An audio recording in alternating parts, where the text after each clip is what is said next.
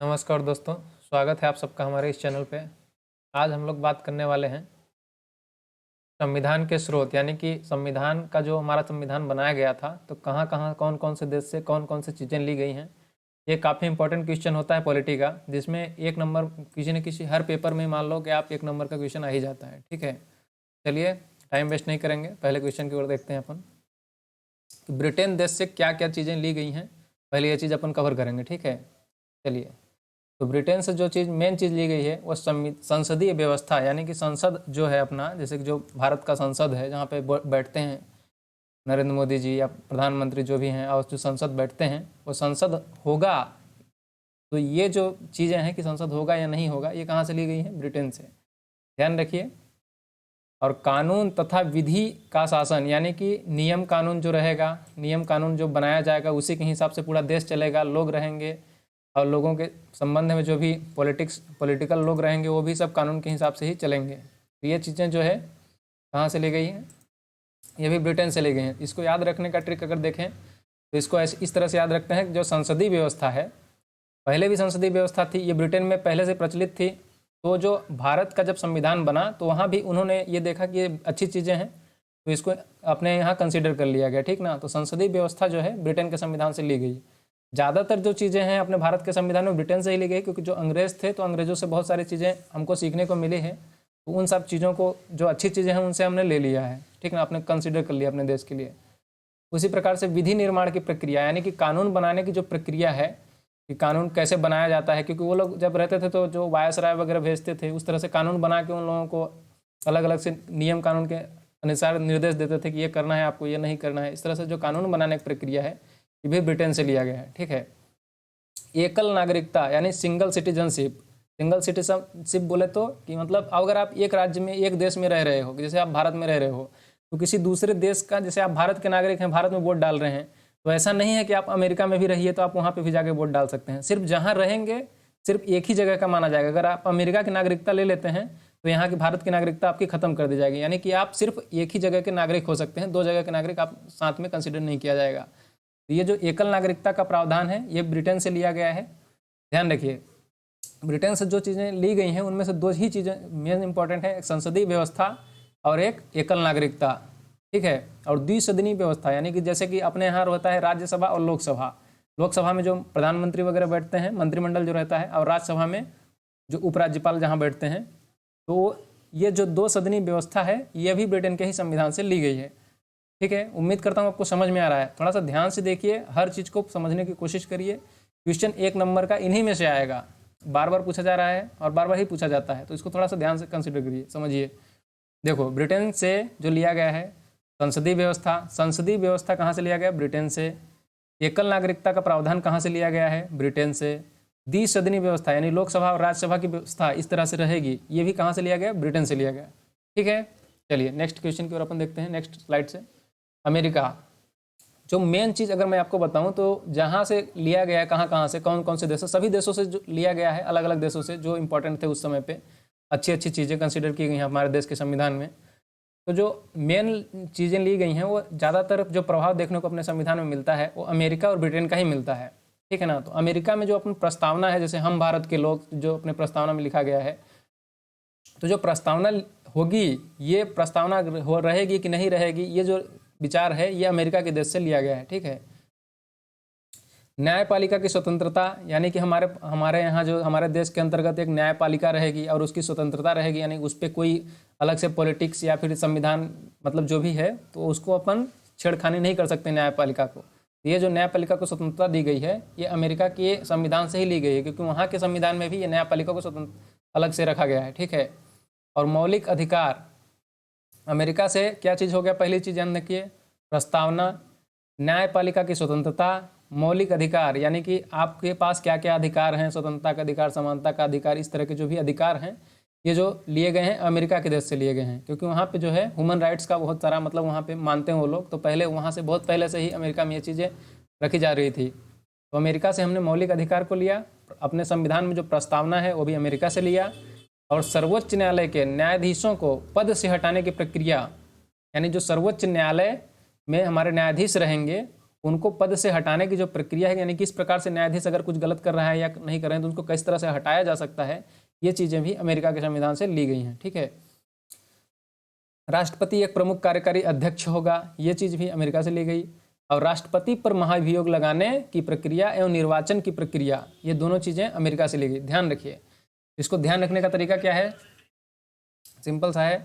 इस प्रकार से ध्यान रखिए कि प्रस्तावना जो है अमेरिका से लिया गया, न्यायपालिका की स्वतंत्रता और मौलिक अधिकार, अगर इस तरह से नहीं याद कर पाना तो इस तरह से याद रखिए, प्रस्तावना, मौलिक अधिकार और न्यायपालिका से रिलेटेड अगर कोई भी क्वेश्चन आ जाता है कि न्यायपालिका की स्वतंत्रता कहाँ लिया गया, न्यायपालिका के न्यायाधीशों को हटाने की प्रक्रिया, तो आप अमेरिका लगाएंगे। ठीक है, समझ पा रहे हैं।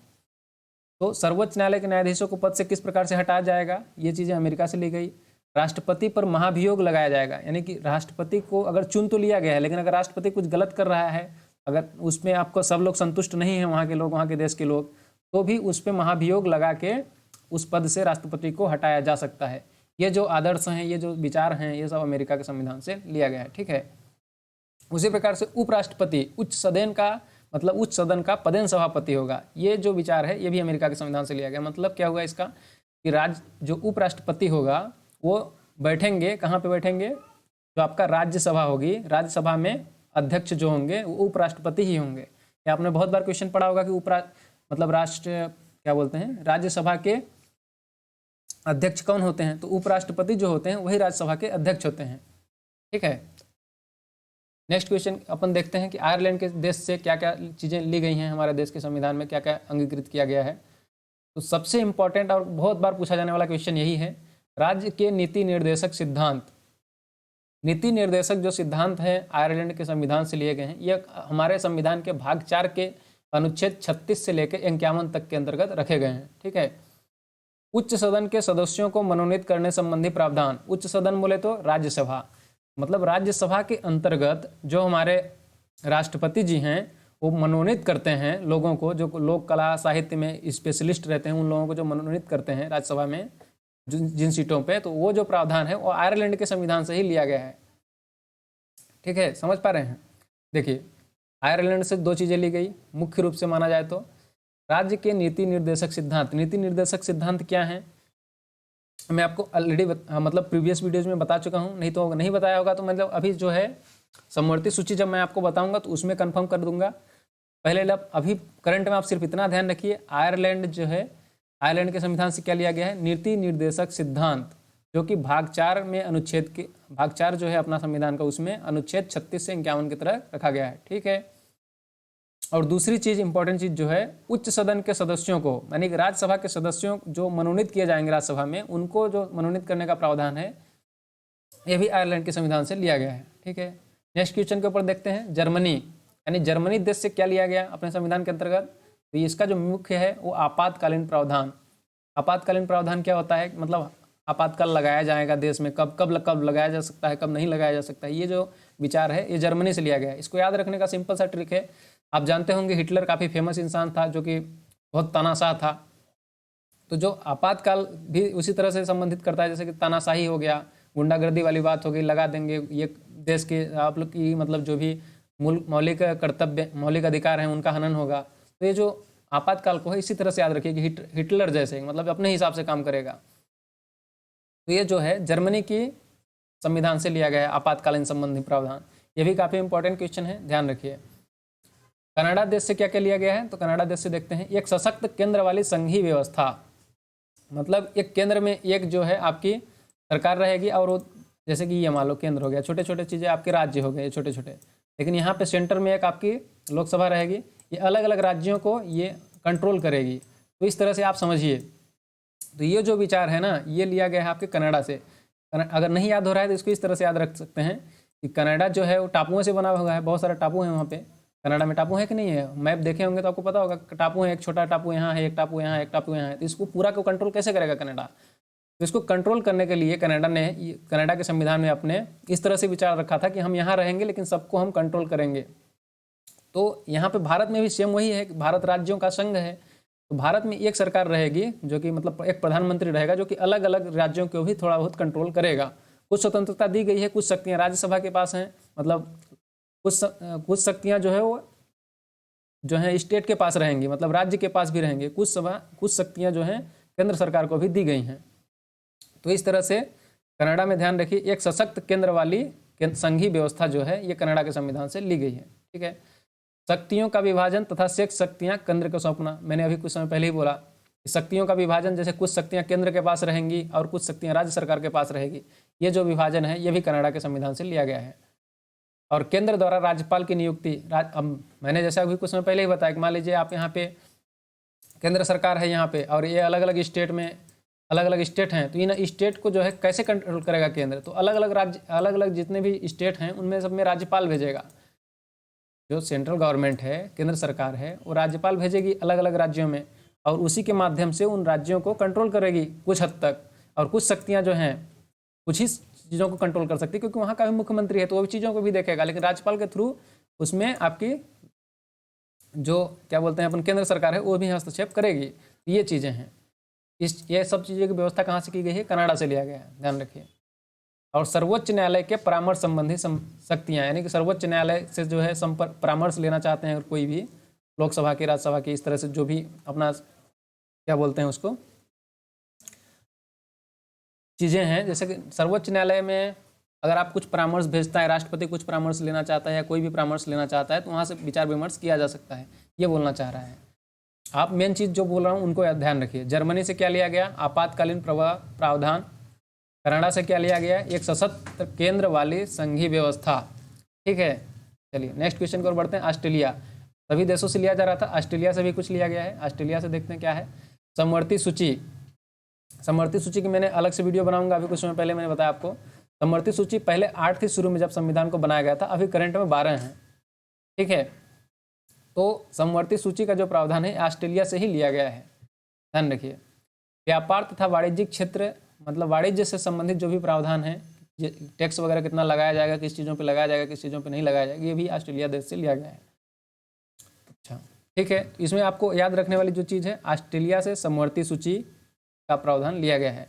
अगर याद नहीं हो रहा है तो वीडियो को रिवाइंड करके एक बार फिर से अच्छे से सुन लीजिए, 2 बार 3 बार, ताकि ये क्वेश्चन आपको जितने भी मैंने रेड में दिखा रखे हैं ये बिल्कुल डेफिनेटली आपको अच्छे से याद हो जाएं, क्योंकि यही क्वेश्चन आएंगे। अलग से कुछ आपको बहुत ज़्यादा डिटेल में पढ़ने की जरूरत नहीं, क्योंकि संविधान बहुत बड़ा है और अगर आप पढ़ने बैठ गए तो फिर पढ़ते ही रह जाओगे और एग्जाम में आना वही है जो रेड में मैंने करके रखा है। ठीक है, दक्षिण अफ्रीका से क्या क्या लिया गया है? देखिए, दक्षिण अफ्रीका में संविधान के संशोधन का से संबंधित जो जानकारियाँ हैं वो ली गई हैं। दक्षिण अफ्रीका में याद करने के लिए इस तरह से याद रख सकते हैं, महात्मा गांधी जो थे वो दक्षिण अफ्रीका में बहुत समय तक रहे हैं। तो महात्मा गांधी वहाँ पे देख के आए थे कि कैसा कैसा संविधान संशोधन होता है, तो उन्होंने ज्ञान यहाँ पे दिया जब संविधान बन रहा था।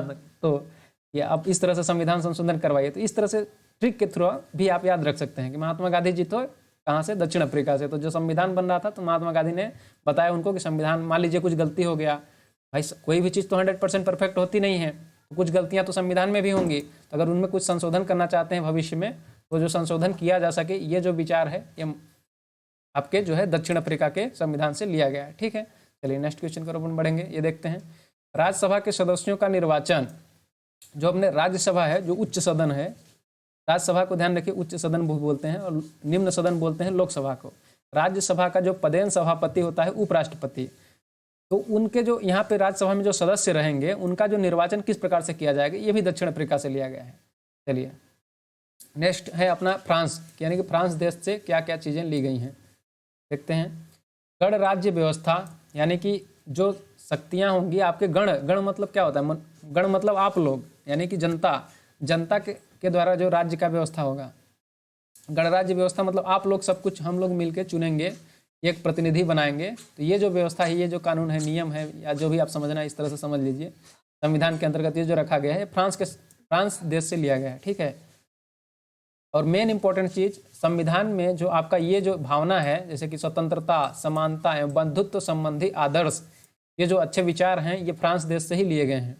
इसको याद रखने के लिए इस तरह से याद रखिए कि जो ही फ्रांस के जितने भी चीज़ें हैं अच्छी हैं, तो अच्छी चीज़ें हैं, जैसे कि देख सकते हैं समानता, स्वतंत्रता और बंधुत्व वाली बात हो गई, तो ये सब लिया गया है आपके फ्रांस देश से। ठीक है, उसी प्रकार से जापान से भी लिया गया है। विधि द्वारा स्थापित प्रक्रिया, यानी कि जो नियम कानून बनेंगे उसी के हिसाब से कार्य किया जाएगा, कुछ भी अपने हिसाब से काम नहीं किया जाएगा। ये जो चीज़ है जापान से लिया गया। ठीक है, चलिए अब सब इस प्रकार से सब कुछ लिया जा रहा था। रूस से भी कुछ भी, बहुत सारी चीज़ें ली गई हैं, ध्यान रखिए। रूस से जो मेन इंपॉर्टेंट चीज़ ली गई है वो मौलिक कर्तव्य हैं। ध्यान रखिए, दो चीज़ें हैं, एक मौलिक अधिकार, एक मौलिक कर्तव्य। मौलिक अधिकार जो है आपका वो लिया गया अमेरिका के संविधान से, अधिकार ह्यूमन राइट्स वगैरह के, आपका ये स्वतंत्रता का अधिकार है, इस चीज़ का अधिकार है। तो जो अधिकार हैं वो तो अमेरिका से ले लिया गया था, लेकिन अब अधिकार तो आपको दे दिया गया देश के द्वारा, लेकिन कुछ आपके नागरिक कर्तव्य भी तो रहेंगे कि अपने देश के लिए आपको क्या करना है क्या नहीं करना है। इस तरह से आपके कुछ मौलिक कर्तव्य भी दिए गए हैं जो कि रूस के संविधान से लिए गए हैं, ध्यान रखिए। और न्याय संबंधी आदर्शों को प्रस्तावना में सम्मिलित करने की जो व्यवस्था की गई है ये भी रूस के संविधान से ली गई है। संघीय व्यवस्था ये भी आपकी रूस से हो गई। राज्यपाल का जो पद है ये भी रूस से लिया गया है।